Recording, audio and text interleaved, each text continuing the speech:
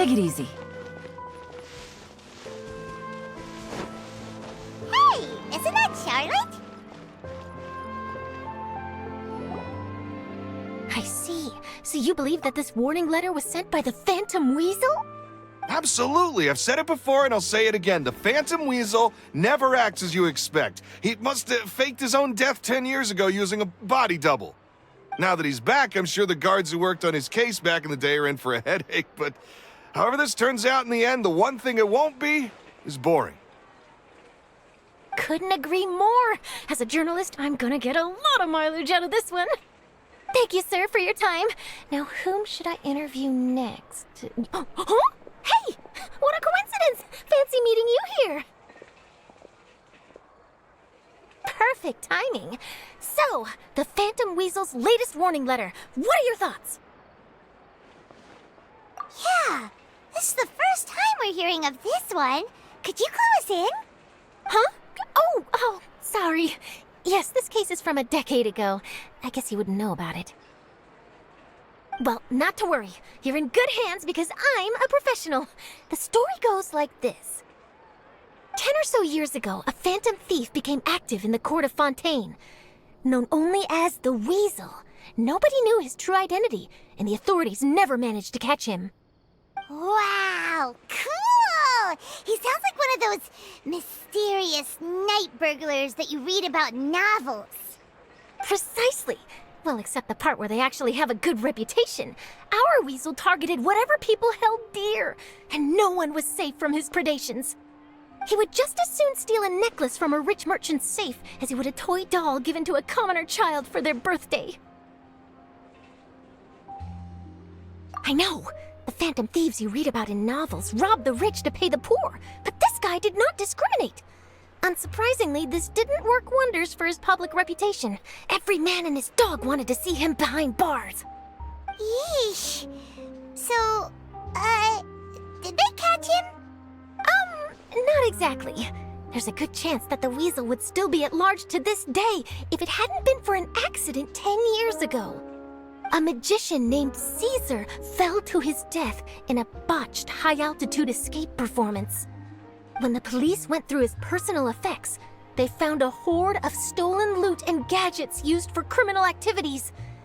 And that was how the Phantom Weasel's identity was revealed to all. Sure enough, thefts in Fontaine went down after Caesar's death. But today, 10 years on, the notorious thief has once again issued one of his warning letters and pasted it on the gate of the Opera Epiclese for all to see. I had to squeeze through the crowd this morning to get a photo as soon as I heard. Here, it's this one. So, this is the warning letter, huh? Let's see what he wrote. 3 days from now, when evening falls, I shall take from you that which you hold most dear at the opera house, just as you did to me 10 years ago. This is, without a doubt, a clear declaration of criminal intent. After years of laying low, the Phantom Weasel is back with a vengeance. What once seemed like an open and shut case has been blown wide open again. But why has he reemerged now? And what does he want? I sense an epic scoop, and I'm going for it. Uh-oh. If this thief will steal anything that other people value, does that mean even we might be targeted? Really? Oh, let him try. In fact, Paimon's gonna eat all her snacks right now. Let's see what he can do about that. Okay, the people have spoken. It's clear that the public are very concerned about the Phantom Weasel's reappearance. Let's see, I've got a photo of the letter, my interview notes. Yep, that should be enough to form the skeleton of my article. It does feel like something is missing, though. Something exclusive. Who should I interview next? I need someone with a more concrete connection to the Weasel. Is that who I think it is? Lyney! Magic, magician, Caesar, the Phantom Weasel! That's it! Let's go interview Lyney! You see, the original Phantom Thief Caesar was a magician too! And what do Phantom Thieves and magicians have in common? They both have an air of mystery about them. Perhaps there's a connection there. Are you serious? What sort of a deduction is that? Oh, relax. My journalistic instinct tells me that an exclusive news story is beckoning. Let's go. No time for delay.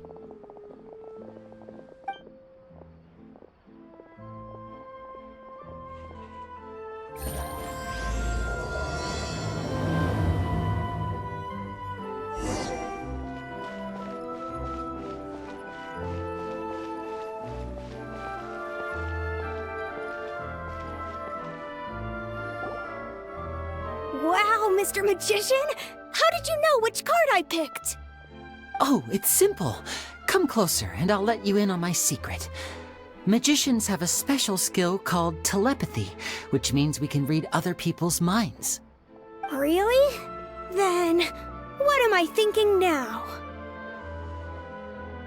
Well, first you need to relax, because I can see that you're clenching your fist in your mind, as if to say, no, I mustn't let him guess it. Aww. And now you're getting a little flustered. You're trying to find a way to empty your mind, to think of nothing at all. But the more you try to hide a secret, the easier it'll come out. You snuck out from home today, didn't you? You told your family a little lie so you could come out and play. Now, that's not a good habit. You can tell? Oh boy, you really can read my mind. Of course. Oh, and that's the end of my performance. You should really be heading home. Remember to apologize to your family, all right?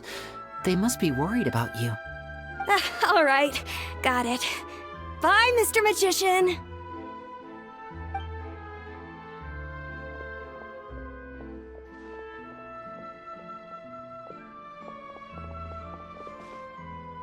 Hey, Lyney? Why, hello. We meet again. Are you looking for me? What's the situation? Well, why don't you guess, Mr. Telepathic? Oh, please. You didn't believe that spiel, did you? The power of telepathy is quite beyond me. I'm sure that child would beg to differ. Seemed like you were right on the money. That was nothing more than a little trickery. I made an educated guess based on his micro-expressions. That, plus the fact that he was the only kid here without his parents, and he looked as guilty as sin. He made it easy for me. You guys, on the other hand... Let me guess. Don't tell me you're here for the Phantom Weasel, are you? Wow, got it in one! Is this more of your trickery at work? Wait, really? No trickery this time. It was pure luck. His warning letter's been the talk of the town, so I figured that maybe you were asking around about that. Bingo! I plan on writing a column reporting on the latest news about the Phantom Weasel. So, Lyney, what are your thoughts on this infamous thief's reappearance? To be honest, it makes me angry. Angry? Why? You read his letter, right? The Phantom Weasel claims he's planning something in 3 nights' time at the Opera House. That's the night I'll be performing there.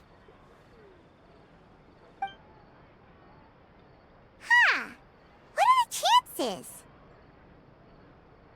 Wait a minute, you don't think he's after you, do you? Well, if he is, then his warning is clearly a direct challenge to me personally. And if he's not, then it's still going to be a huge headache for me. The mere mention of the Weasel's name is enough to scare people off. So once the contents of that letter get out, barely anyone will be showing up to watch my show. But I've been preparing for this for a long time. I'm not about to let him ruin my big day. This leaves me with only one choice. I have to expose the Phantom Weasel's identity before the show begins. Really? So what you're saying is, we might get to see a live duel between a famous magician and an infamous thief? Wow, this has exclusive written all over it. To be honest, I'm not sure if I'll emerge the victor. The Phantom Weasel is a notorious crook, infamous for his inscrutable methods.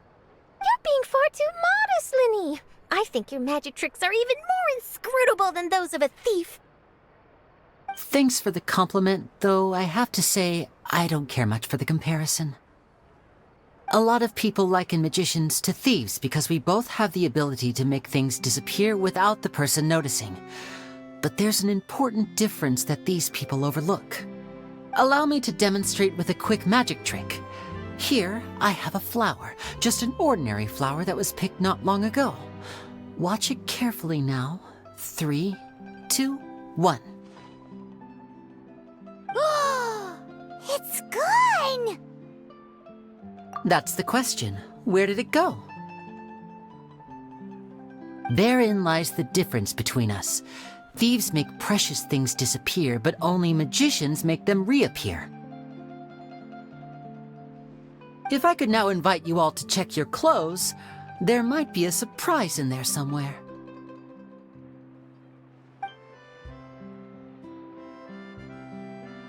A surprise? Let me see!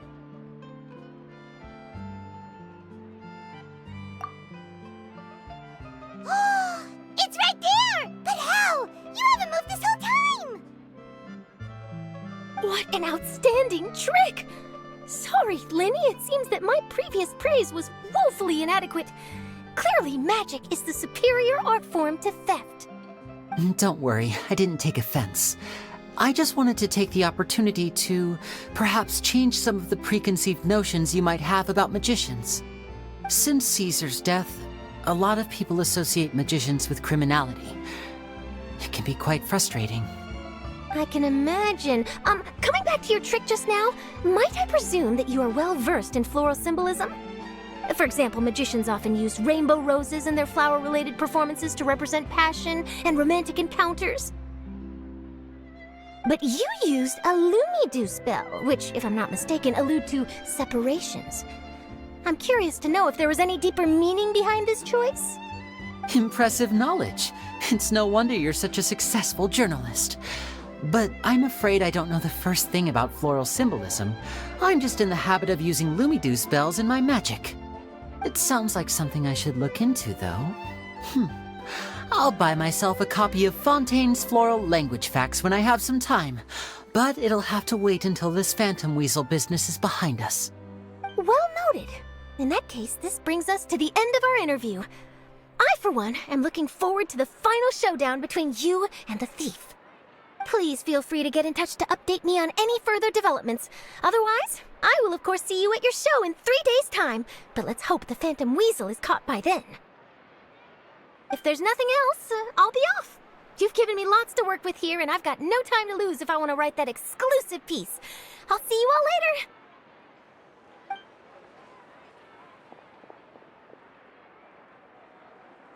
So, Lyney, are you gonna tell us how you did that flower trick now? I'm afraid that's my little secret. Aww. Well, magicians are entitled to their secrets. But Paimon's really itching to know how it's done. You feel it too, right? So itchy. Not so itchy then, huh? Well, since you're so concerned, how would you like to serve as my temporary magician's assistants and help me investigate? Magician's assistants? Oh, that sounds fun! Assistants are technically magicians too! Also, it'll bring us one step closer to figuring out how that darn trick is done! Shall we go for it? The first thing we need to look into is who Caesar really was. If he truly was the Phantom Weasel, that means that the weasel is dead, and whoever wrote this warning letter is just a copycat criminal. But if he wasn't the weasel? Well, that'll make things more interesting. It would mean that the weasel lives, and he's been laying low all this time in some corner of Fontaine. And if we're investigating Caesar, his fiancée Gemma is a good place to start. Word is that she visits the cemetery often, so I asked Lynette to wait for her there. We should make a move. Let's go and rendezvous with Lynette.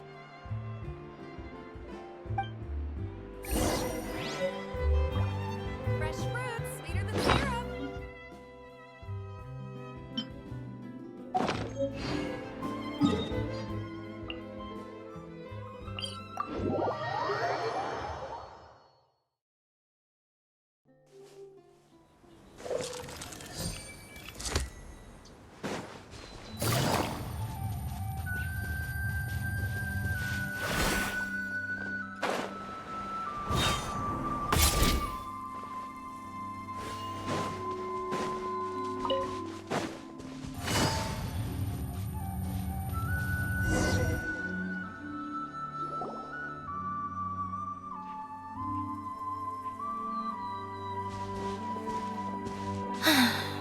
You took your time. Sorry, I bumped into the Traveler and Charlotte en route, and we ended up chatting for a while. It's been a while, Lynette. We're working as Lyney's temporary assistants in the investigation of the Phantom Weasel. Thank you. It's good to have you helping. So, what's the situation? Have you seen Gemma? Nope. I've been here a while, and she still hasn't shown up. How bizarre. Maybe it was bad intel. Well, we won't get anywhere by standing around waiting. Traveler, Paimon, let's go ask around.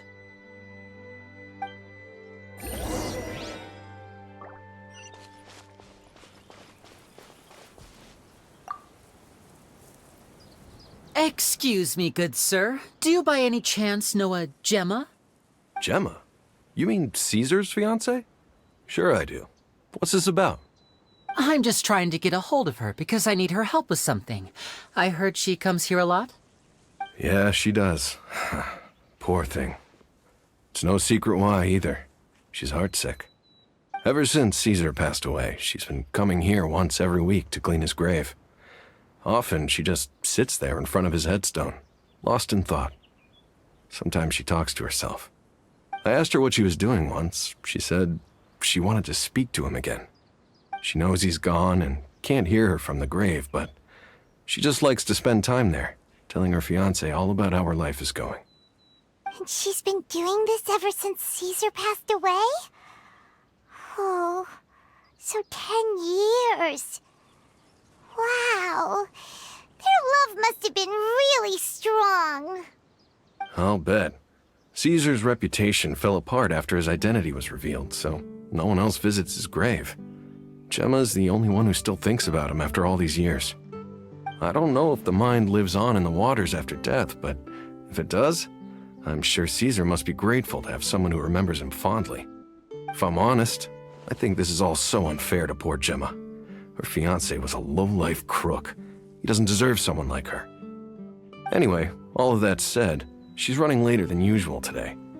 Normally, she'd be sitting in front of his grave by now. I wonder if she's okay. Well, that's everything I know, I'm afraid. You might have more luck asking some other people. All right, well, thanks for sharing all of this with us. We'll keep asking around. You're welcome. I just hope she'll be able to move on one day.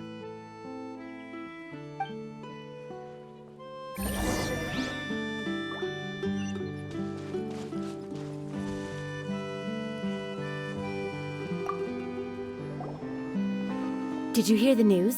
They're saying the Phantom Weasel's back. You're kidding. Wait, isn't he dead? I don't know anymore. All sorts of news flying around nowadays. I can never tell what's true and what isn't. But what if, just hypothetically, I mean, what if this weasel's the real deal and Caesar was framed? Called it. Seriously, 10 years ago, on the day it all went down, I said to myself, you know what? This guy's been set up. The Caesar I knew was a good guy. He gave balloons to children on the street, for Pete's sake. What, are we supposed to believe that he was a balloon thief or something? Give me a break. Oh, please. Weren't you the one cursing his name to high heaven when the police announced the news? You were all, that gosh darn lousy son of a, you think you know a guy, or words to that effect. Wait, did I say that?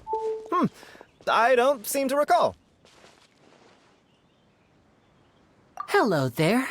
Sorry for disturbing you, but I couldn't help but notice you were discussing the Phantom Weasel. We're actually quite interested in this topic as well, but we're struggling to get to the bottom of it. Do you think you could spare a moment to tell us a little bit about Caesar? You've come to the right people. Yep, I was there. Back when Caesar used to perform magic tricks on the street. He was a great magician. The best trick I ever saw him do was pop a transparent balloon, only for a whole bunch of doves to fly out from the inside. I was right up close and didn't blink or look away once, but for the life of me, I still don't have the faintest clue how he pulled it off. Really incredible stuff. I saw him perform too. He always used to bring some gifts along for the kids who came to watch his show, and he'd hand them out after he was done. Sometimes he even got the kids to write their wishes down, and then he'd make the items on the wish list appear in his next show. Huh. He doesn't sound like such a bad guy. But after he died, there were also rumors that he used the wish list to find out what was precious to people, with the intent to steal it later. As I'm sure you know, the Phantom Weasel would steal just about anything from anyone. Whatever the case, now that the Weasel is back, Caesar's become a hot topic once more. I bet Gemma must be pleased. If Caesar's name gets cleared, maybe it'll finally give her some solace after all this time. No, speak of the devil. That's her over there. If you've got any more questions about Caesar, she's definitely the one to ask. So that's Gemma. Is it just Paimon, or does it look like something's wrong? Wait, it looks like she's injured. Come on, let's see if she's okay.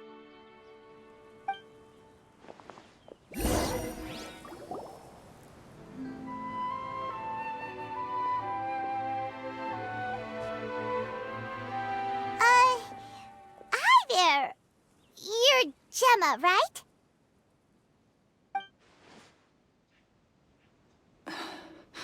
Who's asking? Don't be afraid, we mean no harm. It looks like you're injured.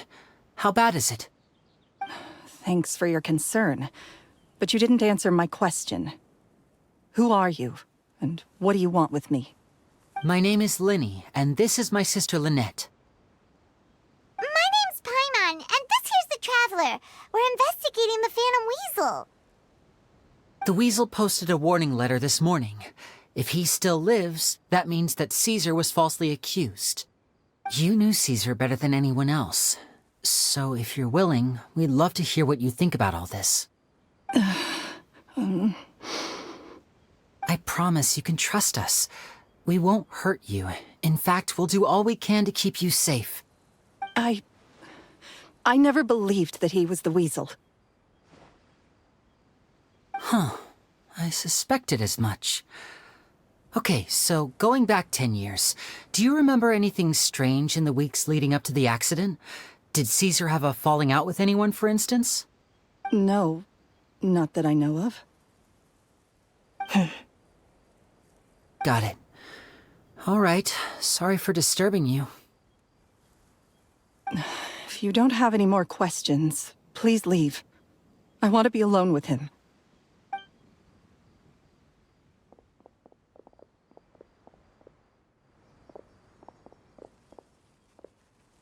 Judging by the look on her face, there's definitely something fishy about her. She's lying. She definitely knows something. That's fair. We're just a bunch of strangers who showed up and started questioning her about things that happened a whole decade ago. It makes sense that she'd be wary around us. In any case, I doubt we'll get any further here, so let's call it a day. Meet me outside Hotel de Boer tomorrow, and then we'll start the next step of our plan.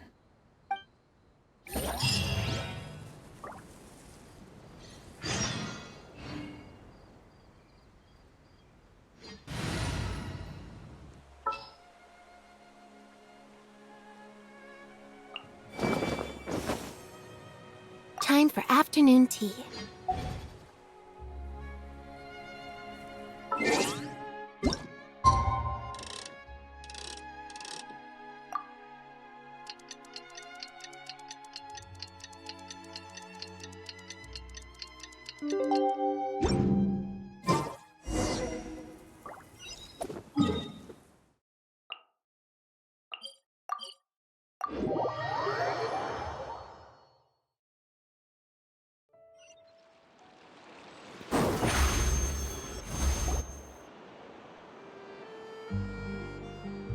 Over here.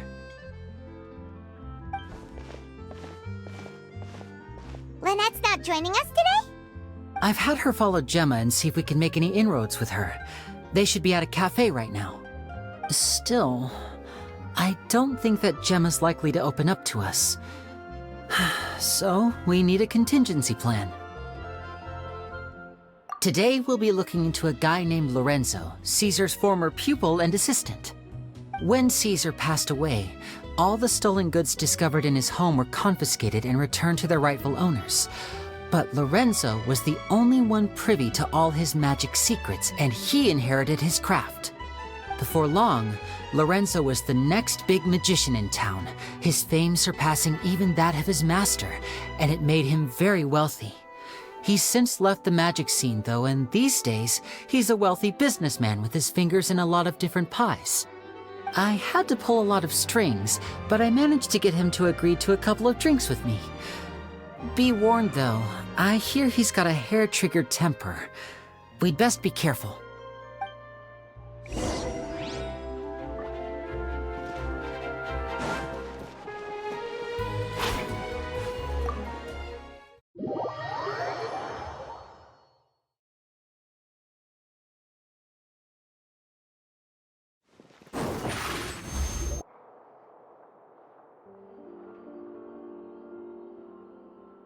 You neglected to mention that you were bringing 2 other people with you. My apologies. These 2 are my assistants.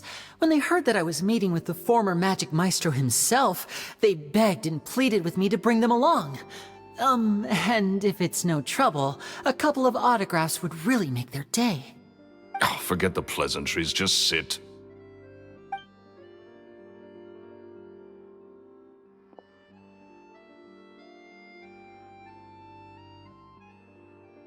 Get a load of this guy.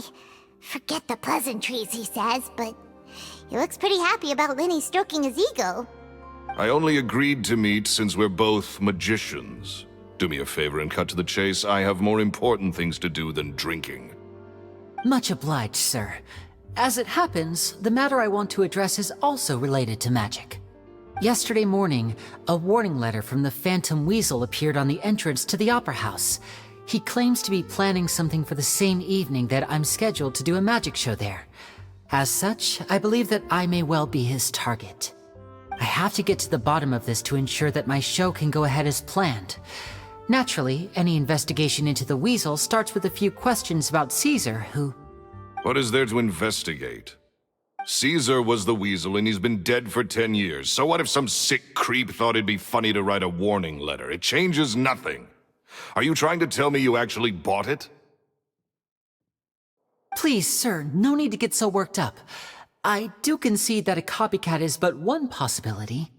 Possibility? It's a fact, Lyney. Look, my patience is limited, so listen carefully while I'm still willing to put up with you.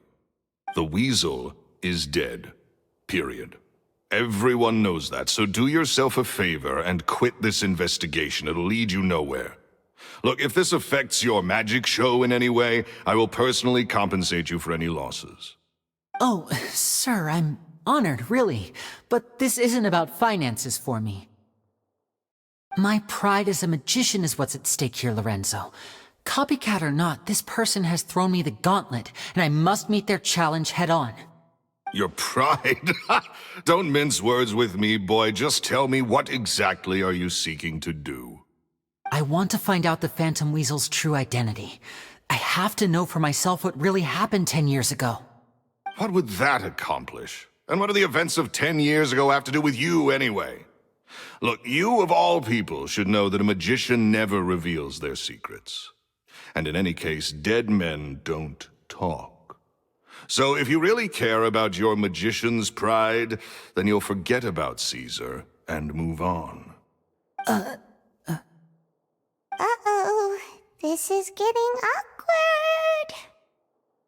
Lorenzo?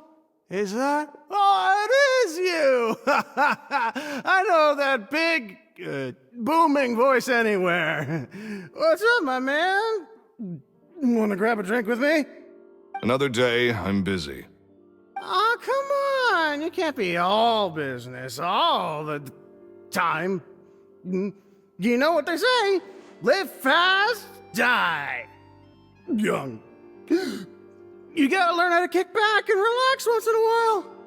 If I wanted your life advice, I'd ask for it. Now get out of my face and go be drunk somewhere else. Sorry, my good sir. I don't believe I've had the pleasure. Oh, Hey! Edmondo. He and I are business pals. We worked together a bunch of times. This is your first time meeting him? Oh, he's always like this. Foul-mouthed and hard-nosed. Never heard a kind word out of this guy the whole time I've known him. And he wonders why he can't get a girlfriend, despite being, what, pushing 40, 30, something? Anyway, point is, a lot older than when he first got rejected by the girl he was into. And he's still into, from what I hear. Shut up and get out of my face. Another word out of you and you can forget about doing business with me ever again. Do I make myself clear? Sorry, I may have had a little too much to drink. All right, I'm gonna leave. Don't work too hard.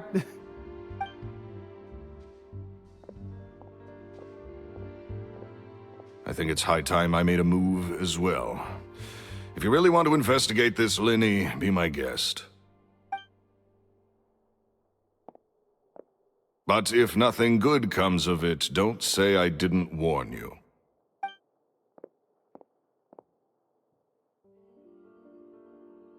Well, that fell to pieces in a rather spectacular fashion. Any thoughts? Totally. And what was all that about compensating you for your losses? Why would someone you just met make an offer like that? He's gotta be hiding something. And not like Gemma. She was a little suspicious, but this guy's definitely covering something up. I think so too. We need to look into Lorenzo more closely. That guy Edmondo seems to know a thing or two about him. He only just left. Let's see if we can catch up with him.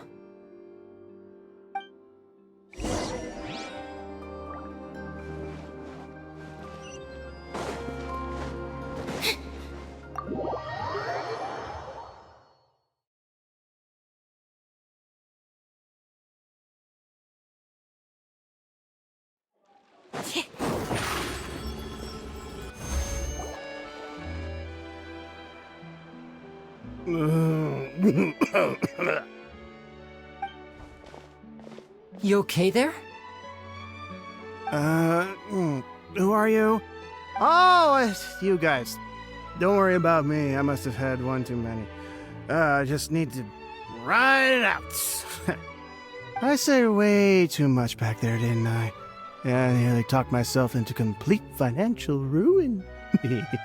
Note to self, no more drunken chats when Lorenzo's around. So, he was serious about threatening to cut you off? Ugh, Paimon knew he was a bad egg. Hey, keep your voice down. Don't go prying into Lorenzo's personal affairs. Bad things happen to people who ask too many questions, or make an enemy out of him. What kind of bad things? Don't even ask. I'm sorry, I'm gonna have to cut this conversation short. I'm not crossing that line again. And take it from me, trouble with Lorenzo is one thing you don't need in your life. You saw him flare up back there. I don't know what you said to him, but clearly it touched a nerve. That's not a good sign. You're too young for this. Don't get in over your head. I'm leaving.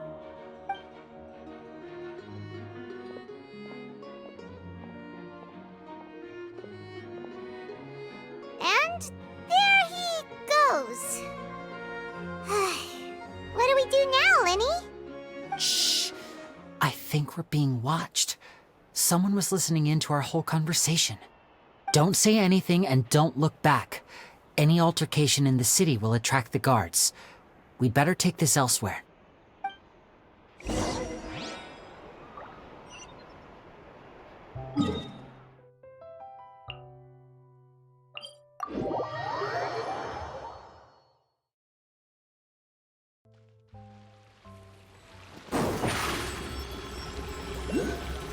Step on up!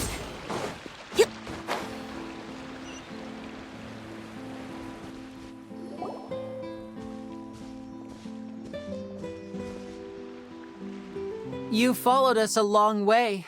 Why don't you come out and introduce yourselves? So you're Lyney. And where's your sister? Ain't she with you today? Save us the trouble and go fetch her for us. Let's not drag this out. Paimon doesn't like the tone of your voice, mister! Who sent you, huh? Save your questions, missy. You ain't gonna need answers where you're going. Capiche? Looks like we can't avoid this fight. Now, I'm not the strongest fighter, so I hope you're ready to back me up. Don't worry, we got this!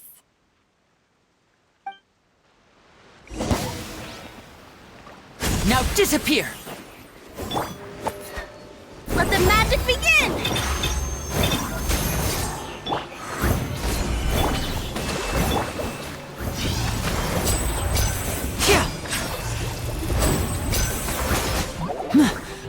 And voila! Curses. They're tougher than we thought. Vision wielders are always trouble. Intimidation ain't gonna work like it did on the lady. Come on, let's scram! Hurry, wise guys! We ain't through with you yet! Oh, they got away! Did you catch what they said just before they left? Something about intimidating someone else.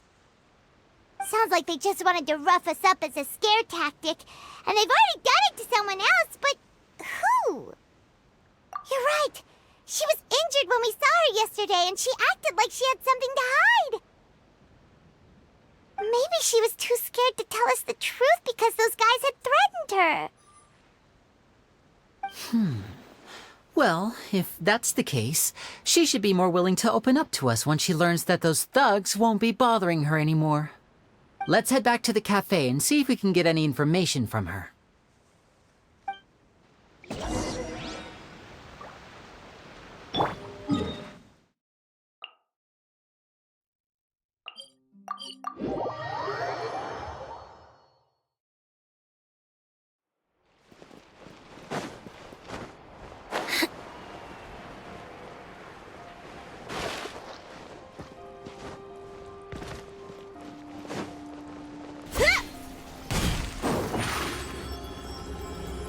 Surprise!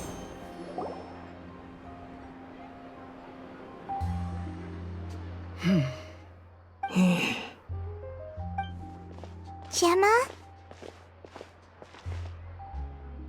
You again. What is it this time? We just ran into the men who've been threatening you, and we gave them a taste of their own medicine. So, you can relax now. We're here to protect you. What? Why? I didn't tell you anything. Why would they come after you? Sounds like they're no strangers to you. That's putting it mildly. I know them all too well, and I hate them with every fiber of my being. It's been 10 long years, and still every time I try to look into Caesar's death, they show up and warn me not to do anything stupid. How do I know I can trust you? Do you really think you can get to the bottom of it all? And why are you doing this? I'm afraid I can't reveal all the details just yet, but I can promise you this. I will expose the Phantom Weasel's true identity. Because you see, this is a personal matter of the utmost importance. I give you my word. Trust me. Okay. How can I help you? I've heard that Caesar used to have a magic workshop where he kept a lot of his personal effects. If possible, I'd like to take a look at them. Do you know where it is? The Fleuve Sonde. But the place was sealed up by the police after his death, and no one's been there since. I also know that the Fleuve Sonde is dangerous territory. Lots of hostile groups lurking around. If you're serious about going there, please be careful. Understood. Lynette, you stay here and take care of Gemma. Don't let her come to harm. Got it. But if I'm staying here, I'm ordering dessert. I mean, bon appetit. But stay sharp, too. They're likely to come for you while I'm away. Okay. Alright. Power saving mode off. I'll start taking this more seriously now.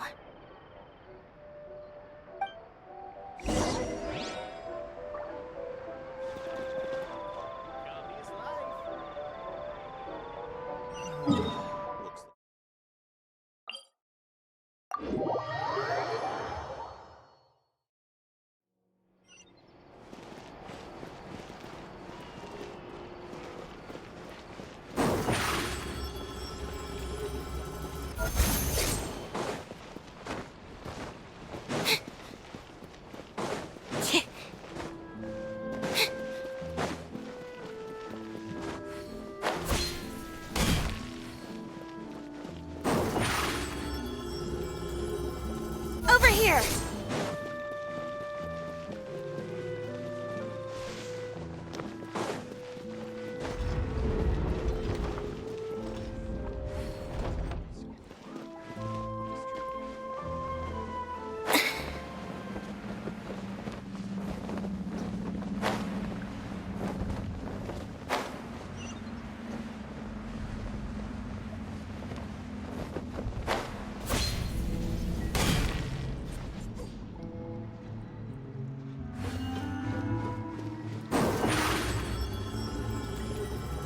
Surprise!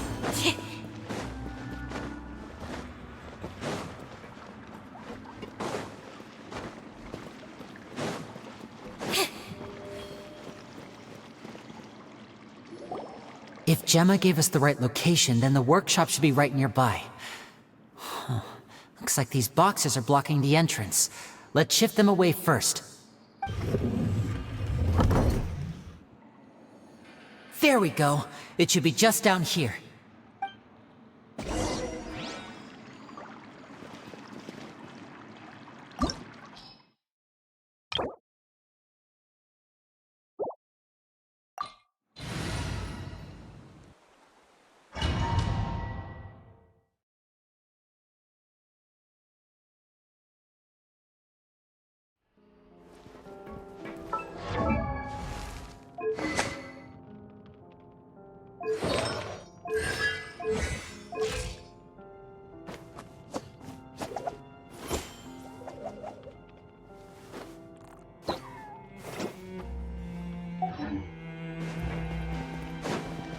Now disappear!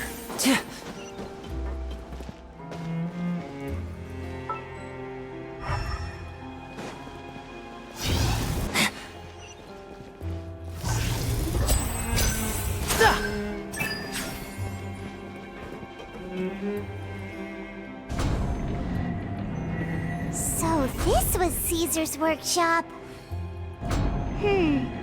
Nothing suspicious here, just normal magic props. Let's head in further.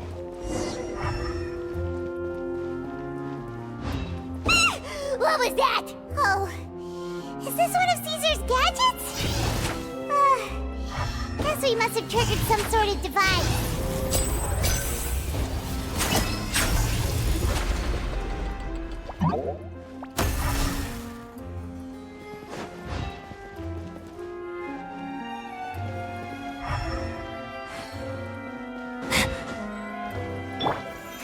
Stabilize!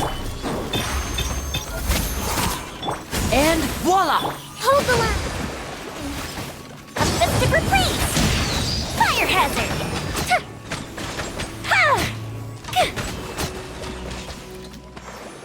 Whoa. Look! The doll in the box is glowing!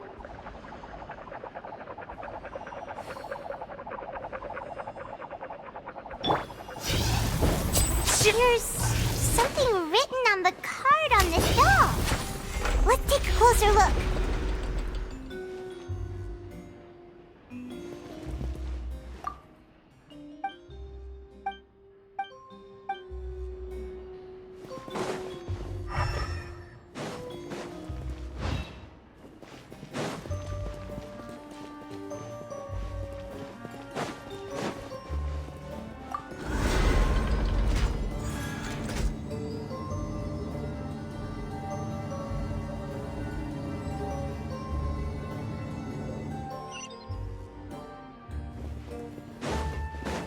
Looks like we've reached the end of this route. Shall we try a different one?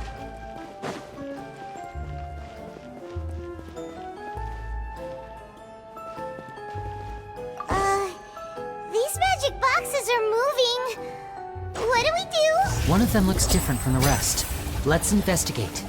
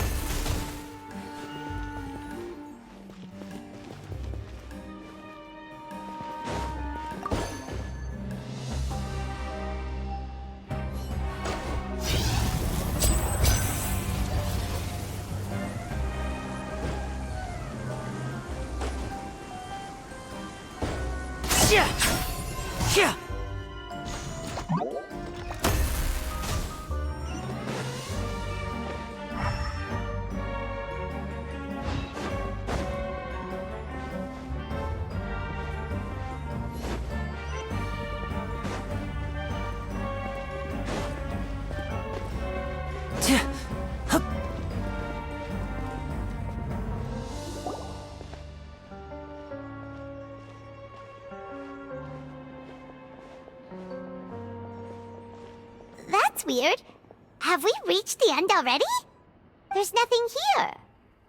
Maybe this was a wasted trip. This place seems a little too ordinary for a magician's workshop. There's a distinct lack of mystery. We've triggered quite a few devices on the way here. I'm starting to wonder whether Caesar built this whole place as one big, elaborate magic contraption. If so, then there must be more to this place than meets the eye. Maybe a hidden room somewhere. Aha! If I just move this book, then hopefully... And... A secret passageway! How did you know? I'm a magician too, and apparently great minds really do think alike. Looks pretty big inside. Let's head in and take a look around.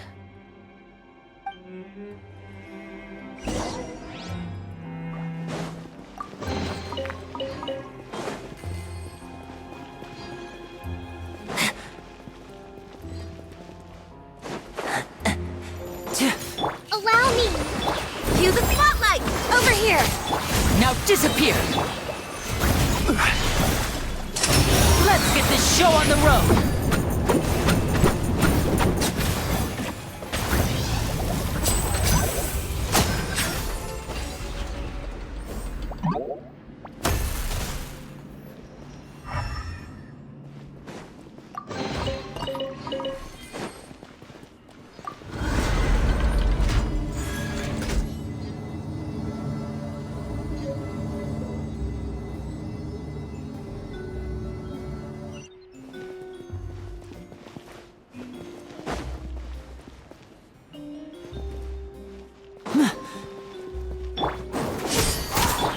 Step right! Hold the line! The fuse is lit!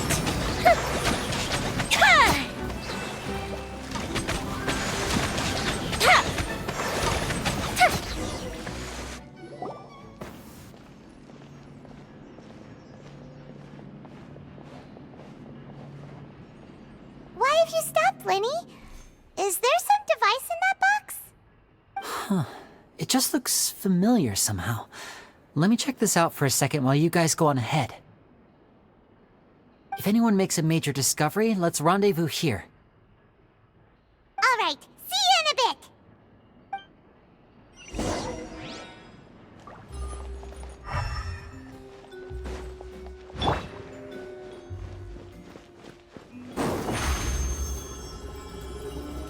Surprise!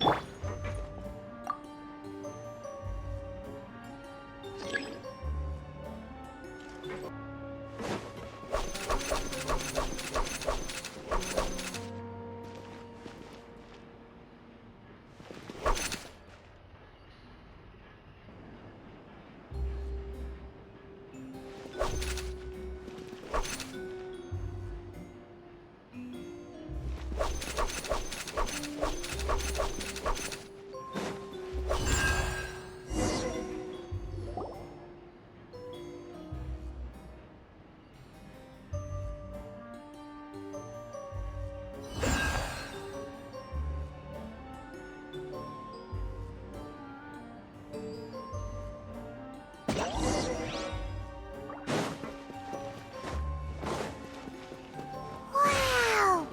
There's a hidden room here! Let's see! This bookcase is full of Caesar's own notes!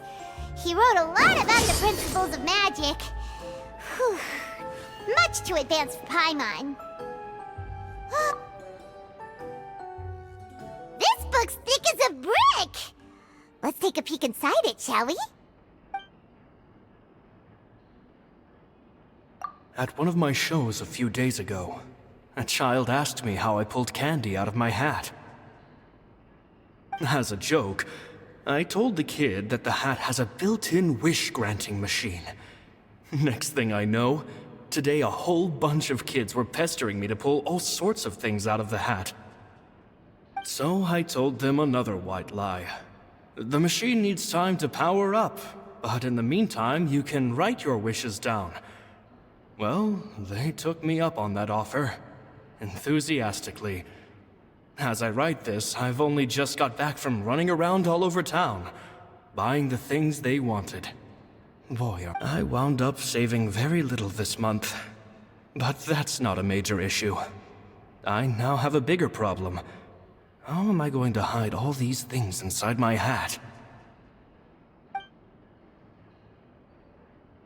2 children came to talk to me after today's show. I don't know why they were out on their own. They looked much too young to be unsupervised. I do hope they got home safely. Anyway, they said that they wanted me to teach them how to do magic. It's not uncommon for children to ask this, of course, but I've never seen any of them as serious about it as these 2. I told them that learning magic is very hard work, but that didn't faze them at all. It's like they already knew.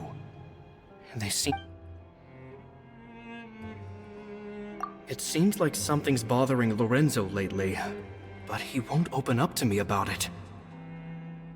Surely he's not upset that I agreed to teach those 2 children. I'll have to talk him around. I have a good feeling about those kids. They're naturally talented, and it seems like they're not new to the world of magic. They have all sorts of fantastic ideas. All I'm really doing is helping them develop a more professional standard training plan.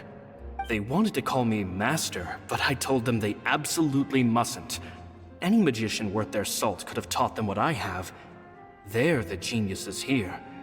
Compared to them, I don't deserve to be called any sort of master. With time, I have no doubt that they could become far greater magicians than I. My only concern is why they're so mature for their age.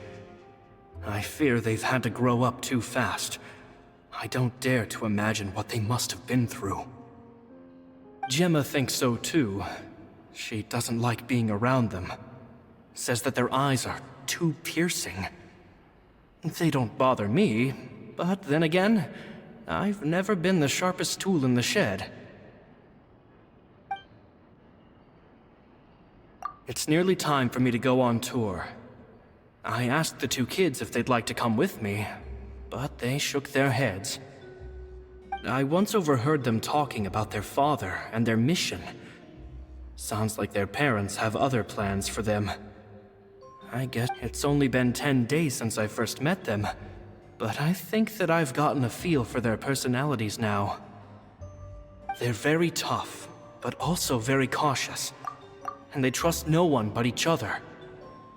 This, I fear, is not a good habit to have. They hide things from me too. For example, when I asked them where they live and why they wanted to learn magic, they lied. That's the thing about children. Whenever they're trying to cover something up, it always shows somehow. I can sense that their lives have been hard, possibly even dangerous too. They're not like other children. It's a shame that I can't do more to help them. After thinking things over, I decided to tell them a bit about how I see the world.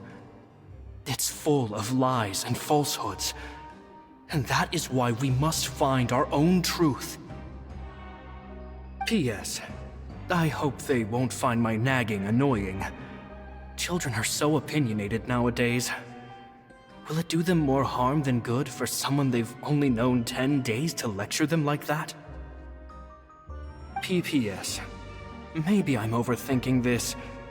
Children aren't interested in grand philosophies. It probably just went in one ear and out the other. I bet they've already forgotten every word I said. Oh, Caesar, Caesar. Just mind your own business next time.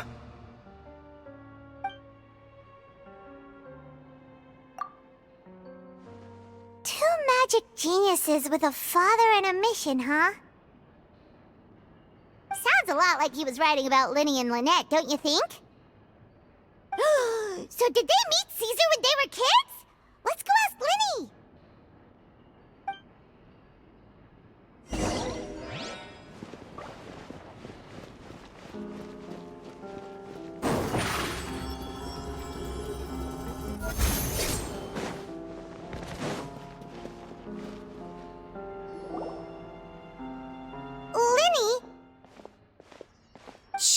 hold that thought. As I expected, there's a lot of fishy things going on in this place. Fishy? Uh-oh, what have you found? All in good time. Before we go over our new leads, I want to tell you how a high-altitude escape is performed. First, the magician slots themselves into a magic box in full view of the audience. The box is then suspended high in the air, and a short while later, the base automatically opens. At this point, a dummy will fall out of the box, but it looks real enough to grab the audience's attention, and they start wailing and screaming. Meanwhile, the real magician, who has by now blended into the crowd, waits for a good moment to make their appearance and put on a hysterical performance. Oh no! Is that me? Did I just fall to my death? Very vivid description. Paimon can really picture it. And then what? The audience's gaze then turns to the magician, and by the time they realize what's happened, the dummy has vanished, as if everything that just happened was some sort of shared illusion. Of course, that's just how I think the process should work, theoretically speaking. The inventor of this trick never performed it successfully. When the box opened, Caesar was the one who fell out, and not the dummy. He fell right to the ground from the highest point of the opera house. No one could hope to survive that fall, not without a vision at least. And no one else has ever attempted this trick since. My understanding of how it works is just based on what I could gather from his notes and the relevant gadgets here in his workshop. So Caesar's famous high-altitude escape has never been done, huh? Paimon was about to say how cool it would have been to see it in person, but if it's that dangerous, it's probably for the best that no one else tries to do it. Wait a second. So if a dummy's supposed to drop out of the box, then where does the real magician go? How does he get out? Glad you asked. That brings us to the secret of said box. This box right here is the one that Caesar constructed himself to use in the performance, and it's not as simple as it looks. Inside, there's a device that only the magician himself would know about. Once the magician's inside and the box is lifted up into the air, the audience's view of the box is fixed at a certain angle. From where they're standing, they have a clear view of the front, sides, and bottom, but the back and the top are now no longer visible. At this point, the magician presses a button inside the box, opening a secret door out of view. He then escapes through this trapdoor onto the opera house roof, waits for the dummy to fall and distract the audience, and quietly returns to ground level. That's way simpler than Paimon imagined. Even Paimon could probably do it. Well, there's a little more to it than that, of course. The hardest part of this trick is controlling the audience's mood and reactions. That takes an exceptional degree of showmanship. There's the falling dummy, the miraculous reappearance, the pompous performing. Maybe the magician would even have themselves tied up before it begins to strengthen the impression that there's no escape. Many days and nights of careful research and painstaking practice would have gone into this, all culminating in a performance just a few minutes long, but one that still manages to transform the shock and grief of a tragic accident to the joy and laughter of a mesmerizing magic trick. Caesar was a highly accomplished magician, but unfortunately, even he didn't manage to pull it off. So, how did it go so wrong?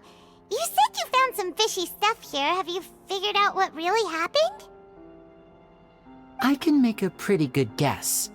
I looked into the case files. The magic box Caesar was using at the time of his death had the secret button I mentioned positioned on the right-hand side. And, sure enough, he always used his right hand as his dominant hand in public. Okay. Nothing suspicious there. But here's the strange thing. Most of the devices in this workshop have the mechanism on the left-hand side, including this box right here, which leads me to believe that Caesar was in fact left-handed. Because a magician can't afford to have their most basic habits stand out too much. People naturally focus their attention on the most important details of the task or situation at hand. But a magician needs to be able to redirect an audience's attention at will so as to avoid arousing their suspicion.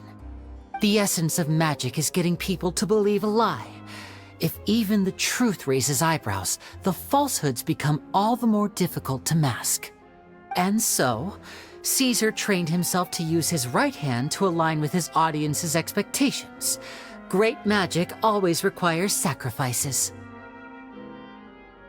But in his most stressful and nerve-wracking moments, and when no one was watching, reflex would kick in and he'd use his left hand. That's why he set his gadgets with the mechanism on his left. Exactly. I think that's likely what happened. Caesar would have been under a lot of time pressure during the escape.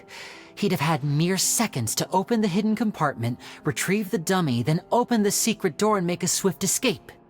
But I'm sure he was confident. He would have rehearsed countless times to the point where it was second nature. He'd barely need to think about what he was doing because muscle memory would guide him through. So he opened the compartment, took out the dummy, checked everything was in order, and then went to leave. With his left hand, he reached for the button, and suddenly, his heart skipped a beat. It wasn't there. Much like when you reach for your keys but find your pocket empty, his mind needed a moment to process what was going on. Instinctively, his left hand would keep feeling around for the missing button, maybe for another second or two, until the bottom of the box gave way. With the stakes being as high as they were, just a 2-second delay cost him everything. The authorities would find nothing suspicious and conclude that his death was due to his own error. When in reality, someone switched the boxes, and they did it to murder him. But how would they be able to make the switch without being noticed? That would be difficult to pull off, no? It would have to have been someone who knew that he was left-handed and who could move his props around without arousing suspicion. Someone who was always by his side. Isn't that right, Lorenzo? You just couldn't let sleeping dogs lie, could you? There's not a lot of people who'd go to all this trouble for some magician who died 10 years ago. I didn't want to have to do this, you know. Silencing you the hard way just creates more problems for me to deal with. But I gave you your chance. I hoped you'd do what's good for you and back off like the lady, but you disappoint me. You mean Gemma? So you are the one who's been threatening her! Yes, although however stubborn she might be, she was never much of a liability. But you people, you never even knew him, but for some reason you just wouldn't drop it. Which is why you can't leave this place alive. Take them out, and make it quick. Do your worst!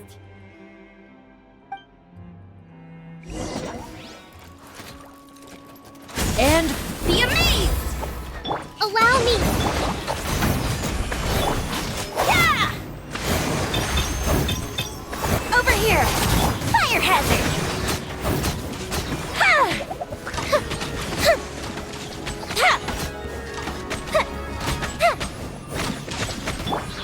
Cue the spotlight! A round of applause! Solidify!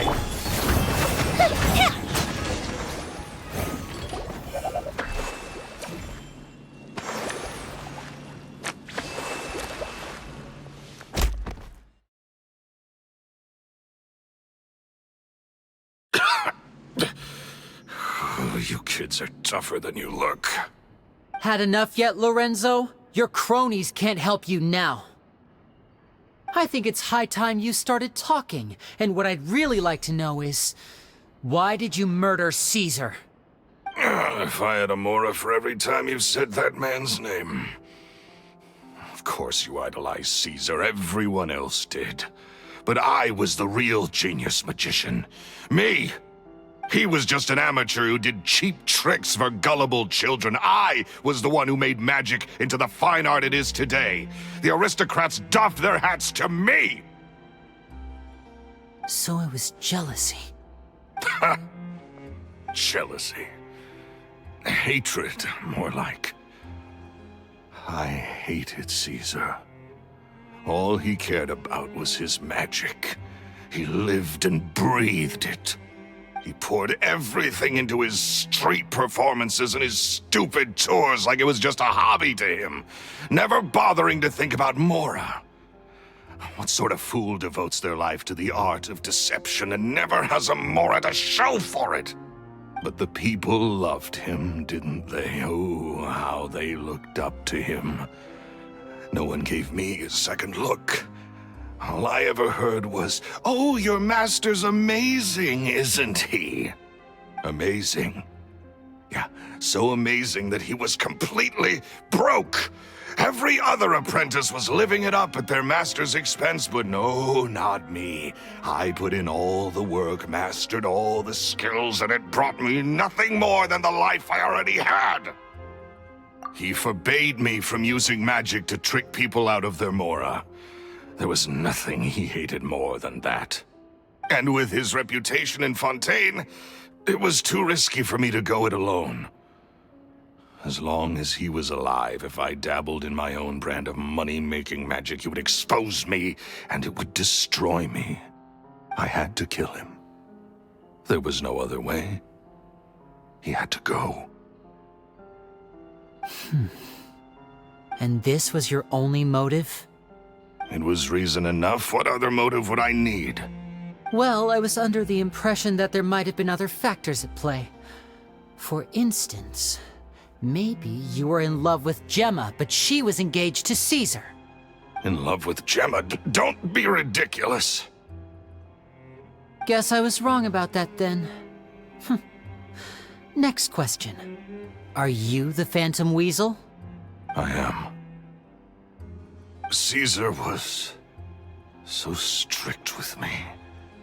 He insisted that his way was the right way, that the sole purpose of magic was to bring joy to the world. I never bought into any of that. I was more interested in the practical value of magic. Sure enough, it helped me fill my pockets with all kinds of valuable treasures. Oh, yeah! Charlotte told us that the weasel would steal whatever people valued, no matter how much it was worth. That's just how it looked from the outside. What would any thief want with second-rate loot? I've only ever targeted high-value items. I stole cheap things as a way of practicing my craft. It was other people's overactive imaginations that conjured up the preposterous image they then dubbed the Phantom Weasel. So that's the story, huh? Well, I hope you're ready to tell it all over again during your trial. What choice do I have? You're a pack of wolves, and you've got me between your jaws. You've seen what's here, and my last-ditch effort to stop it getting out has failed. What else can I do? So be it. I've enjoyed power and wealth for the last 10 years, the likes of which Caesar could never give me. I wouldn't choose for things to end this way, but I regret nothing. Very well. In that case, I'll contact the guards. Traveler, Paimon, keep an eye on Lorenzo for me. I'll meet you just outside the workshop when I'm back.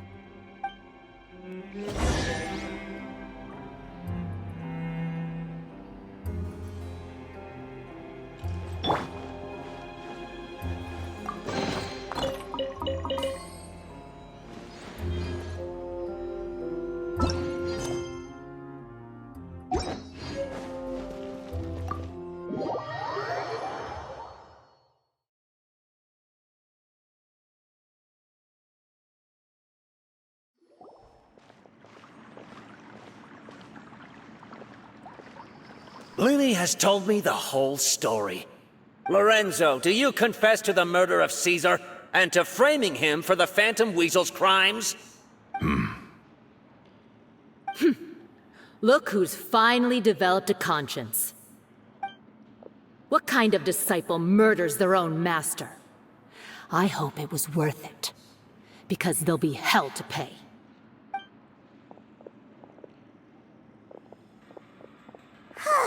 Well, Looks like it's all over. What should we do next, Lyney? Should we start preparing for your show? Let me think. Let's rendezvous with Lynette and Gemma first. With Lorenzo in custody, Gemma will no longer have to fear for her safety. Good point. We should go tell Gemma the good news right away. It'll give her some peace of mind for sure.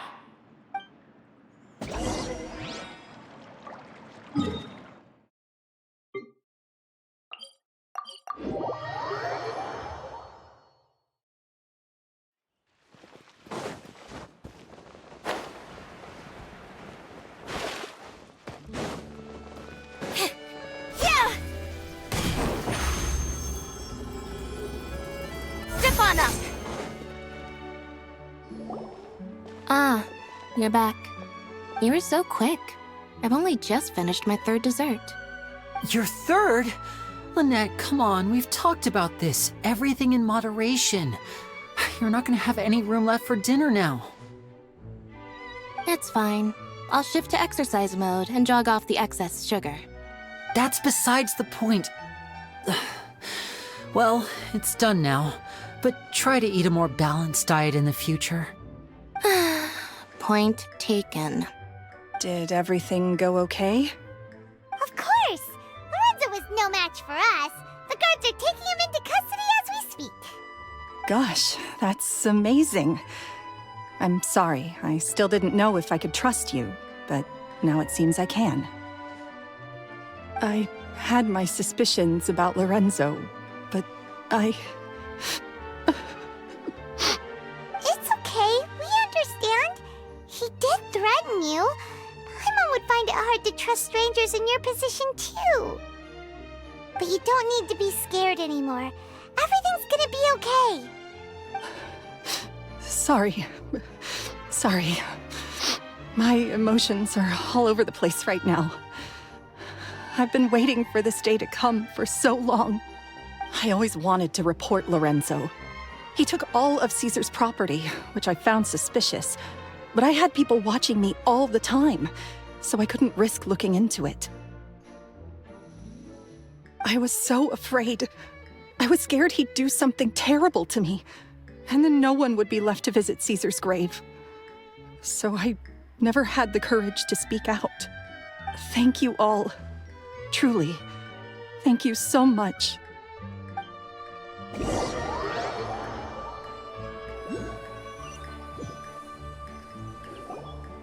Thank you all for clearing Caesar's name. I never would have guessed that Lorenzo was the real Phantom Weasel. He never showed any signs that there were problems between him and Caesar in public. From the outside, it looked like they got along great. To think that lowlife's been living life to the fullest all this time, while Caesar's name was getting dragged through the mud. It's a travesty. At least his soul can finally rest in peace now, thanks to your efforts.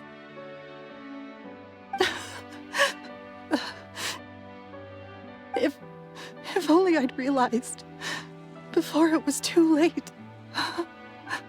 Don't blame yourself, Gemma. This isn't your fault.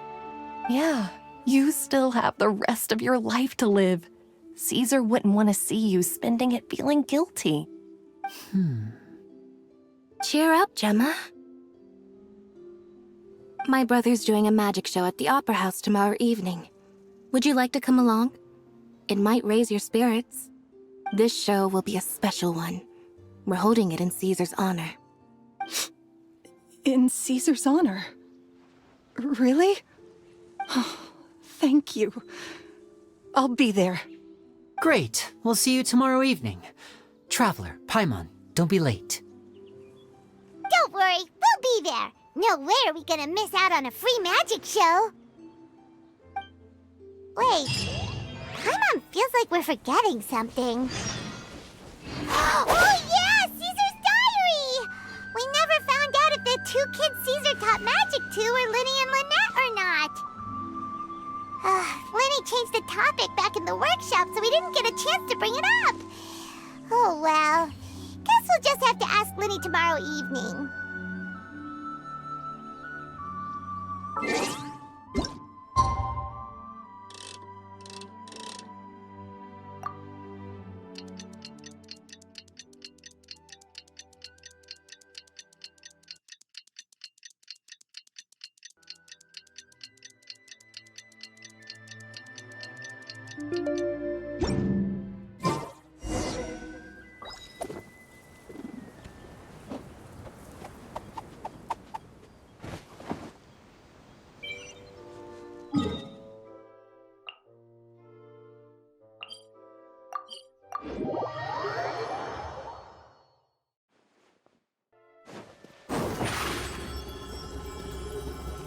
Surprise!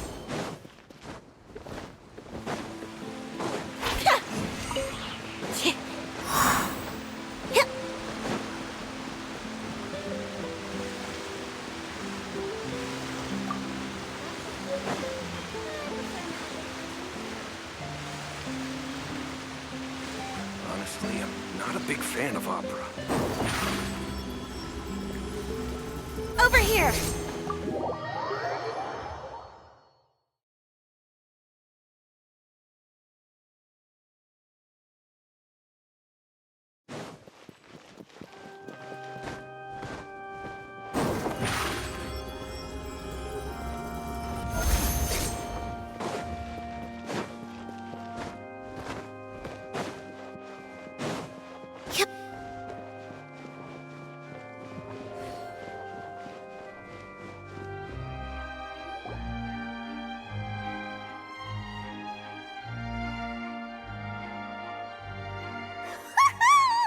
Paimon's excited to see another of Lyney's magic shows! Wait. Lynette, shouldn't you be on stage by now? Not this time. My brother's going solo today. So I'll be watching with you. Good evening, ladies and gentlemen. I hope everybody's ready because the show is about to begin. The great magician Lyney has prepared a spectacular show for us all tonight, concluding with an all-new grand finale that no audience has ever seen before. Wow! A new trick! Thank you all so much for coming. Now, prepare to join me on a journey through the mystical and miraculous.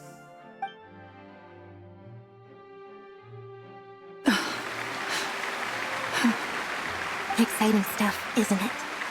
Yes, it's just... It reminds me of him. No wonder. Caesar was a famous magician too. So, how did you two first meet, Gemma? Well, I was out on the street once, and I saw him performing for little children. Children love magic, because they're willing to believe in things that can't be rationally explained. Caesar had this amazing way of bringing them into a dreamlike world. And somehow, I felt drawn to him too. So I went up and asked him to do a trick for me.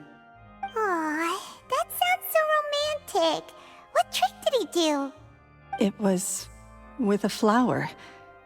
He took it in his hand, snapped his fingers, and it magically appeared on my head.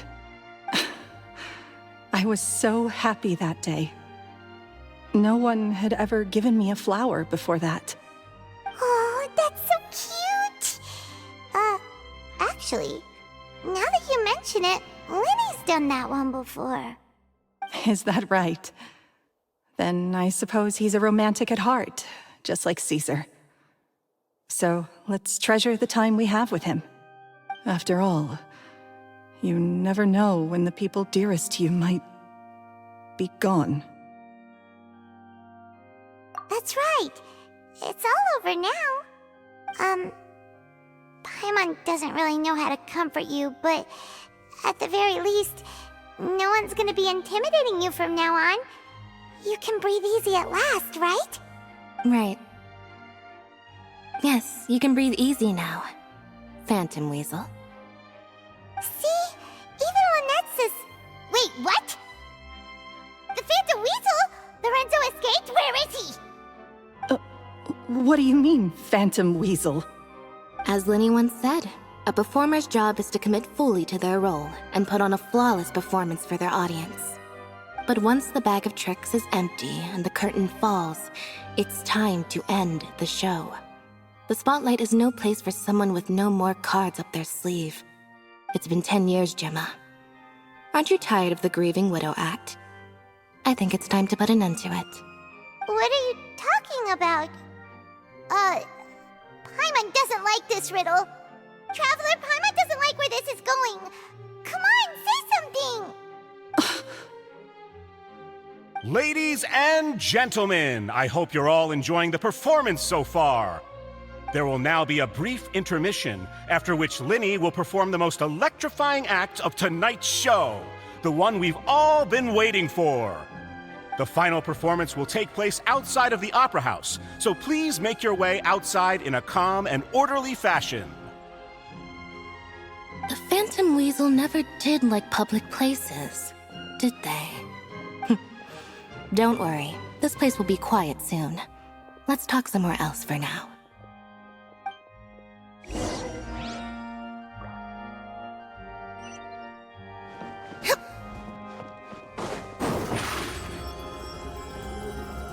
Surprise!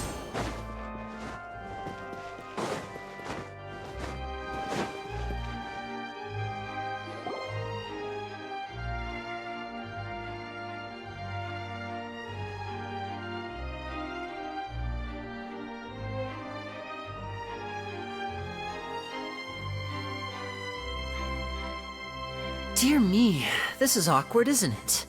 And unfortunately, I'm all out of gadgets, so I'm afraid I can't do any tricks to liven up the mood. This is a big mistake for a magician to make, but thankfully, I do have a backup plan. Now, who wants to hear a story? Lyney, don't we have more important things to address right now? Lynette accused Gemma of being the real Phantom Weasel a moment ago. Oh, what the heck's going on? All in good time. Magicians are good at guessing what people are thinking. I know the questions you want to ask. And as it happens, the story I'm about to tell might answer a few of them. Really? Well then, let's hear it! Paimon's dying of curiosity here! Let's go back to the very beginning. A decade ago, when the Phantom Weasel was terrorizing the court of Fontaine. She never missed a target, never left a trace, and no treasure was safe from her thieving hands. But as her infamy grew, so did the readiness of the police, and her opportunities to act became ever fewer. Every day, she ran the risk of being exposed for who she was. Of course, she could not simply take this lying down, and before long, she found her ticket to freedom. She would create a scapegoat, a false weasel to close the chapter on her behalf. After weighing her options, she set her sights on a renowned magician, Caesar. After all, magic and theft shared enough similarities for people to buy the story when the truth came out. So then what? Being the master deceiver she was, the weasel easily earned Caesar's trust. Now, all that remained was to frame him for her countless crimes. But as she was considering how to make her move, she noticed Caesar's aggrieved pupil, and a new thought entered her mind. Maybe I don't need to get my hands dirty after all. At her encouragement, Lorenzo tampered with Caesar's magic box, causing him to fall to his death. Afterwards, Lorenzo seized his master's property, and the weasel set about tarnishing Caesar's reputation. Two co-conspirators committed the perfect crime.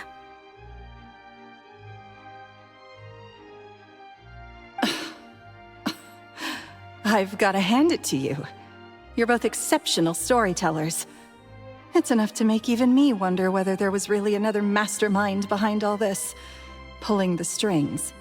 But I just have one question. You seem to think that I am the villain in this tale. What's brought this on, Lyney?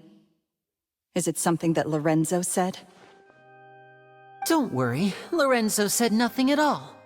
But I never believed that he was the weasel, and in fact, my investigation only made me more certain of that. He was too forthcoming with his confession, as if there was something else he was trying to hide. How disappointing. So you'd sooner trust Lorenzo than me, even without a shred of evidence? A magician is an expert at playing the audience to get the result they want. And I have no doubt that you, Gemma, are equally talented in this regard. With a little help from Lorenzo, you put on a very convincing performance. The lovesick fiancé, whose devotion to her betrothed is unshakable, even under threats of violence. Caesar was maligned and hated by all for 10 years, but you? Everyone sympathized with your plight. Who would suspect for 1 second that the lovely young lady always seen weeping in front of Caesar's grave was actually the mastermind behind his demise? No, not that poor lady. Perish the thought. Wait, so you mean the whole intimidation thing was just a hoax? Gemma and Lorenzo were both in on it? But why would Lorenzo agree to that? And why didn't he sell her out even at the end instead of admitting to being the weasel himself? Yes, why indeed? Maybe Gemma herself could enlighten us on that question. Well, Lyney, if you're so confident in your version of events, then I think the answer should be obvious. Having killed Caesar with his own hands, Lorenzo was plagued by overwhelming guilt. Revealing the Phantom Weasel's true identity would serve no purpose. But if the Weasel remained free, then she could take care of Lorenzo's loved ones. An excellent answer, though sadly a little dull. Is that right? Well, don't let me bore you. If you'd care to change the topic to something more interesting, I'd be much obliged. As a matter of fact, there's one thing I'd really like to understand. Why would the real Weasel have targeted things that only have value to other people? Could you shed any light on that? Of course. After all, we're just telling stories here, aren't we? If I had to guess, I would say that the real Weasel must have had a terrible childhood. Left to fend for herself after her parents died young. Betrayed, scorned, beaten. She'd scrounge waste paper from garbage bins to draw on, using twigs and dirt for lack of ink and pen. She'd sew ugly rag dolls from whatever scrap material she could get her hands on. This was her only source of happiness in life. But it was all she needed, and she was content. Until the world decided that even this was too good for her. Once again, she was betrayed. And this time, everything was taken from her. She felt like life was a miry pit that dragged her further down the more she struggled to escape. At that tender age, she should have been happy. Instead, she stood in the shadows and watched with envy as all good things in the world passed her by. This was a fate too cruel for anyone to bear. Her pain became a breeding ground for dark thoughts. Thoughts which festered and grew into a twisted solution to her troubles. I detest the happiness of others, in all its forms alike. I will rob them of everything they hold to be good and true, and it will fill the void in my soul. That's some pretty heavy stuff. Now it all makes sense. Does this story satisfy you, Lyney? Yes, it is quite to my tastes. Thank you for helping to clear up my confusion. Huh. That's right. What drove you to write that letter, Gemma? What were you trying to achieve there? Because without that, none of this would have ever come to light.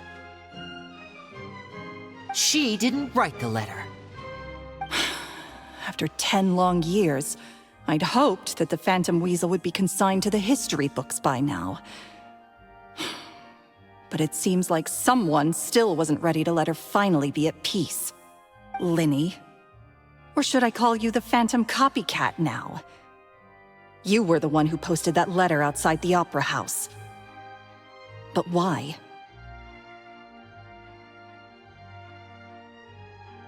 Very sharp, Phantom Weasel. Still as shrewd as ever. Well, no need for me to be coy about it. Our goal was to clear Caesar's name. The most straightforward way to change the public's impression of Caesar was to force the Weasel to show themselves. That's it? You had no other agenda? Of course we did. We made it quite clear in the letter, I believe. I shall take from you that which you hold most dear, just as you did to me 10 years ago. 10 years ago? You mean Caesar's death? You met him? Wait. Oh, I get it. You were those two obnoxious kids. It's been so long, and you're all grown up now. I didn't recognize you. He taught you magic back then, didn't he? For what, 10 days or something? And you went to all this trouble. Why? Because you feel like you still owe him something?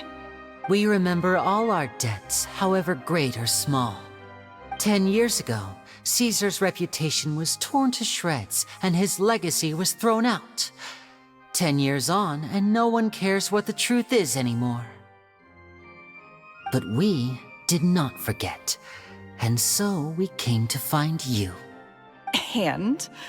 What exactly did you take from me? I'm still standing, as you can see.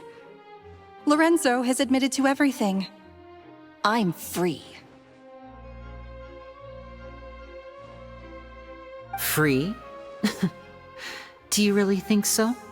Caesar once told me that even though the world is filled with lies and falsehoods, we must find our own truth. I think that applies to you too. Truth can take many forms. Prized possessions with nostalgic value, fervent hopes and dreams, and irreplaceable people. Life took many things from you, and those wounds never healed. When they ached unbearably in the dead of night, stealing became your way of numbing the pain. What are you trying to say? I'm saying that for the last 10 years, you've been living a rather uneventful life. Perhaps that's because you found something other than a life of crime to fill the hole? Back to Lorenzo for a second. He murdered his own master, played along with your act, and took pains to make sure any suspicion would be directed towards him.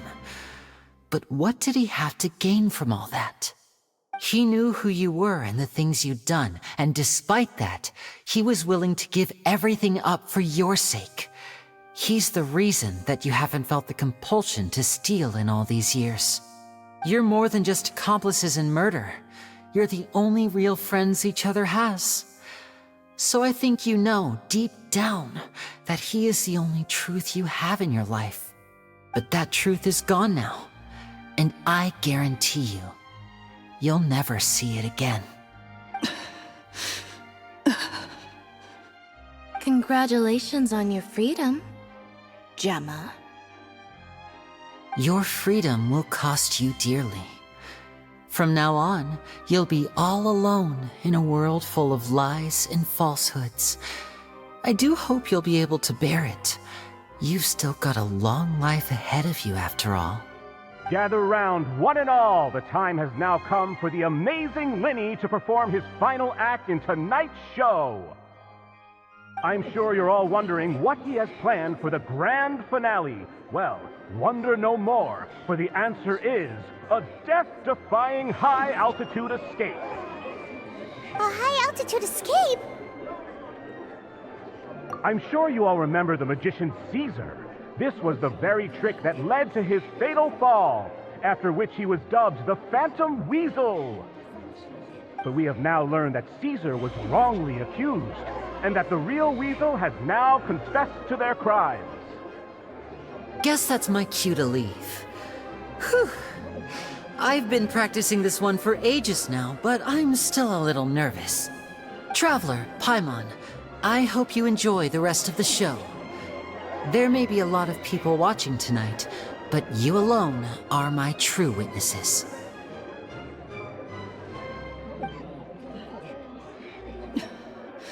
Lyney, wait. You two hid a lot from Caesar. He went to his grave without ever knowing your secrets. So what about now? Are you an open book? Or are you still the same as ever?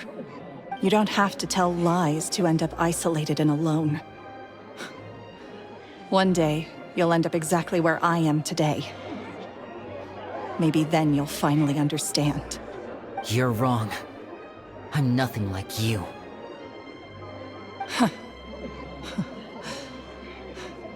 So, what are we, doing now? Like Lyney said, when you're ready, let's head outside and watch the show. But what about Gemma? She'll figure out what's best for her soon enough. Oh, and if you'd like to see Lyney after the show, you know where he'll be. The usual haunt. All right. Well, let's go and watch Lenny's finale then. This trick's a pretty dangerous one, but he should be able to pull it off, right?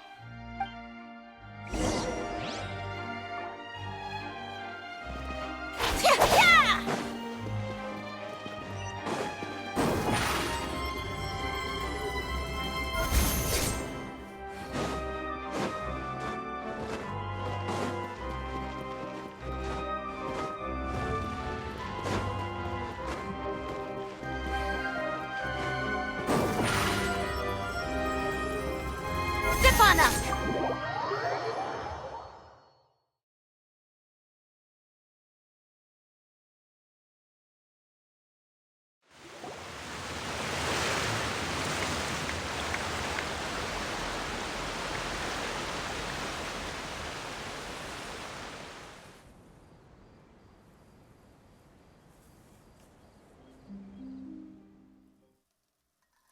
Magic should be mysterious, surprising, and defy logic. Magic is hard work. Every single movement has to be practiced thousands of times.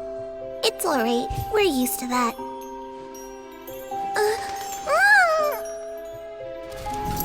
We're sorry. You've taught us so much, but we can't tell you the whole truth.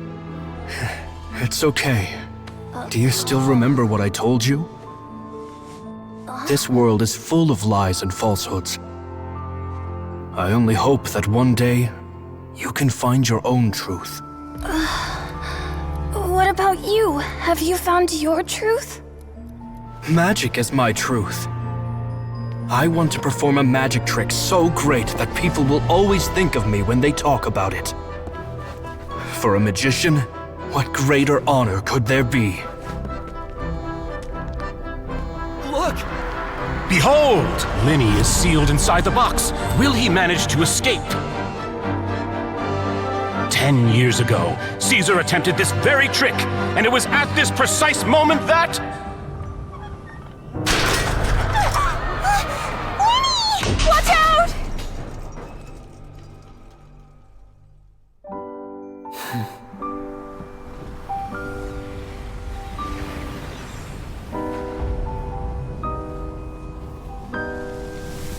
Mysterious.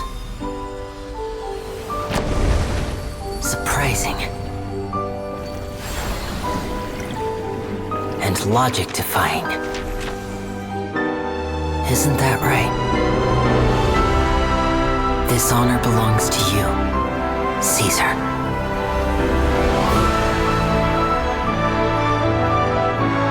I'm just sorry it's a little late.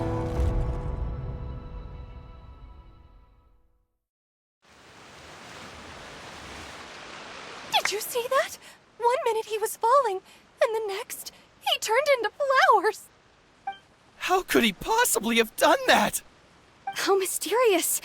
I didn't blink once. He just vanished right in front of my eyes. What a heart-stopping magic show! This was really worth the trip.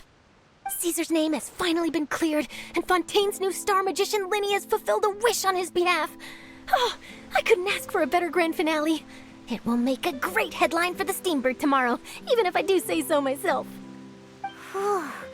Looks like everyone really loved Lenny's grand finale. Paimon doesn't see Lenny anywhere. Where'd he go? Oh, Lynette said he'd be waiting for us at the usual haunt. But, where is that? Oh, you mean the one where Caesar's buried? Yeah, that's probably it. This whole magic show kinda seemed like Lenny's way of saying goodbye to Caesar. So it makes sense that that's where he'd be afterward. Alright, let's go look for him there.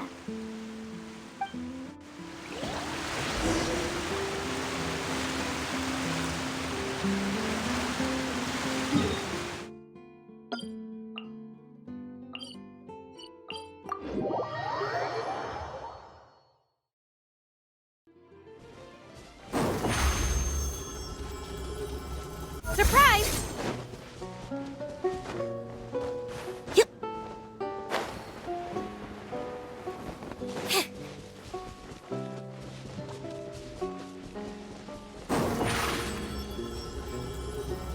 Over here!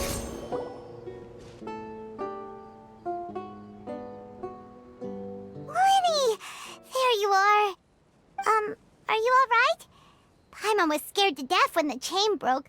Paimon was sure something had gone horribly wrong. Magic is a performance art. A magician has to get creative to keep the audience on tenterhooks. That's our job. So I tweaked Caesar's original setup a little to keep it fresh. I was honestly a little nervous during the live performance. The thought of falling, suddenly feeling weightless, seeing the sky and the ground spinning and spinning. Sometimes, I can't help but wonder what Caesar thought in those final moments. Did he regret taking Gemma and Lorenzo on? Or did he believe that it was his own slip-up right until the end? You know, Paimon's been wanting to ask you about something ever since we were in Caesar's workshop. You learned magic from Caesar once, didn't you? When was that? After I joined the House of the Hearth. To be honest, Lynette and I had an agenda when we approached him. I told you about my past before, remember? As a young boy, I survived by secretly learning magic from street performers. I'd watch their tricks and try to figure out how they were done. But I quickly realized that observation alone could only get me so far. What I saw was the polished final performance, but the rigorous training they put in behind the scenes remained invisible to me. I needed to learn how to improve my sleight of hand, hone my misdirection skills, and make niftier props. We were gifted enough that we'd made some progress by ourselves, but without proper guidance from a professional magician, we quickly plateaued. So that's why you sought Caesar out? Yes. We figured there was no harm in asking, but it took us by surprise that he was so willing to teach us. In all, we only spent 10 short days together, but he was very good to us. By contrast, we hid so many things from him. For instance, when he asked why I wanted to learn magic, I answered, "It's my passion." But in truth, there was already a lot more to the story by then. After being taken in by an aristocrat for our magic talent, then betrayed soon after, this was no longer about me doing what I loved. What amazed me was how the lie escaped my lips even as I was hesitating over whether to tell him the truth. Trust is a beautiful thing. Sadly, I'd forgotten how to trust by then. Lyney.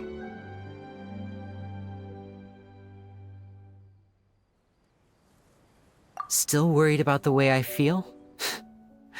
You really are a gentle soul, aren't you? But don't worry, I'm used to it now. From the mansions of the elite to the House of the Hearth, lies and selfishness have followed me and Lynette everywhere we go. After Caesar went on tour, we became busy with our missions. The next we heard of him was that he'd fallen to his death, and was now declared to be the Phantom Weasel. That night, I remembered his smile. But as I lay there, I didn't know what to say to him. To keep secrets is to put up walls. The longer you keep them up, the less you let people in. Then, one day, you look around and realize your life is like an empty auditorium after a show, full of seats once occupied by all the people who left. But I guess that's the price we have to pay. You only realize how much someone really meant to you when you lose them completely. That's why I was so confident this would hurt Gemma. Because I felt it for myself.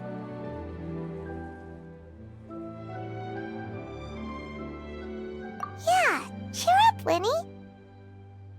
We've had to say our fair share of goodbyes during our journey, too. But whatever happens, Paimon always believes in what tomorrow brings. Delicious food, fun toys, and the Traveler by my side. Paimon Paimon just needs to focus on things like this and all the unhappy stuff goes right out the window. You know, Traveler, doesn't that kinda make you Paimon's truth? Exactly. It's the same for me and Lynette. We are the truest thing each other has in the world, and nothing can replace that. Life has taken plenty from us, like it did from Gemma. But at least it left us with each other. That's what gave us the strength to get through the darkest days. That's why the darkness never consumed me, and why it never will. Maybe we live in the shadows too, but we remember every precious ray of light that shines through. All right, time to lighten this conversation up a little. What did you think of the show tonight? Were you happy with it? It was amazing! Paimon just wishes we hadn't been so distracted with the Gemma situation. We spent most of our time in the Opera House just talking and pretty much missed the entire first half of the show. Lyney, could you do just one more trick for us? Whoa, that's a bit of a tall order, I'm afraid. The show's just finished, so my sleeves are decidedly card-free right now. Aw, come on! Surely you can think of something. The Lyney Paimon knows can do anything if he puts his mind to it. Oh, all right then. I'll give it a go, but only because it's you. Watch closely. I have a flower in my hand. You liar! There's nothing in your hand! We ain't going along with this! Huh? My goodness, you're right. But I could have sworn I brought one here with me. Okay, try this. Count down with me. 3, 2, 1. 3, 2, 1! Now, have another look around. Maybe the flowers appeared somewhere else. Really? Let's see. Wow, there it is! Oh, this is a different flower from the last time, right? This one's called, oh yeah, a rainbow rose. But more importantly, Paimon has to know how the trick is done. Please, Lyney, pretty please! Well, if you want to learn magic, you'll have to start by addressing me as teacher. Ugh. Fine. Please, teacher, please! Since you asked so nicely, I'll share one little tip with you. Namely, the student of magic cannot solely rely on others being prepared to reveal their secrets. You have to observe, think, and find the answers for yourself. Is that it? Look at the time. We shouldn't linger here too long. Thanks again for coming to see my show. I bid you both good night. I look forward to seeing you again. All right, fine. See ya. Shall we head back now, too? Oh, Paimon can't wait to read The Steambird tomorrow. Paimon bets Lyney and Caesar will be plastered all over it. Let's head to the Steambird's offices tomorrow morning and see what we can find out.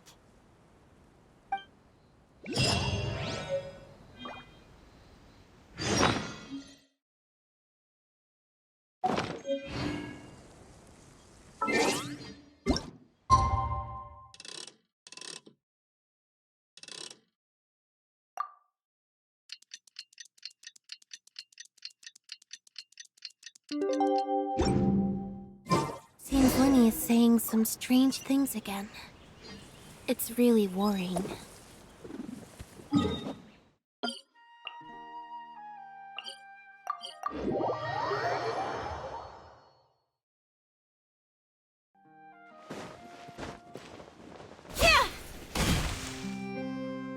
I'm very sorry, Charlotte, but my sister and I are quite busy today. I'm afraid we'll have to decline this interview. Oh, please, Lyney, I'll only take a moment of your time, if you would be so kind. Huh? What's happening here? I spent all night writing my piece about the Phantom Weasel, and it was going to go to print this morning. But just as dawn broke, I suddenly received news that Caesar's fiancée, Gemma, had contacted the guards and confessed to having been the real Phantom Weasel all along. That was quick.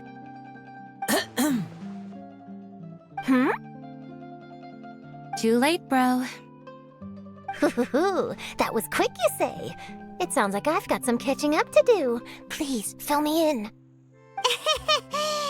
Whoops. Aha! My instincts did not lead me astray. You do have something to hide. Gemma turning herself in must have something to do with Lyney's performance last night. Maybe watching my high-altitude escape trick reminded her of a better time with Caesar, and she could no longer ignore the voice of her conscience. Huh. Okay, then. Wait, no, there must be more to it. If that's all it took for her to have a change of heart, how did it take her 10 whole years? Well...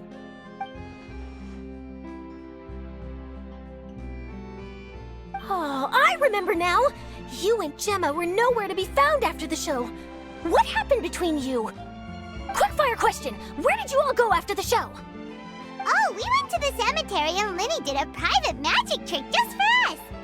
Actually, glad you mentioned it, because that reminds Paimon, guess what? Lyney started using rainbow roses in his tricks. What? I don't recall ever having received a rainbow rose from you myself. Is this supposed to mean that they're more important to you than your own sister? No, I just, What now? Oh, did Paimon say something wrong again? This is getting pretty awkward. What do we do, Traveler? Seems like this interview wasn't meant to be. Well, never mind. There's always next time. Forgive my persistence, but when there's explosive news waiting to be found, I can't turn away. The news about Gemma has already made waves, and I'll stop at nothing to get to the bottom of it all. Apparently, one of the things she said to the guards was that her final wish is to see Lorenzo one last time. There's clearly a web of complicated relationships there. Can't blame me for being curious. All right, I guess I'll leave you to continue the rest of your conversation in peace. Bye for now.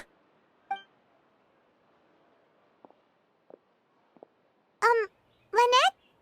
Paimon didn't mean to... Don't worry, I wasn't angry.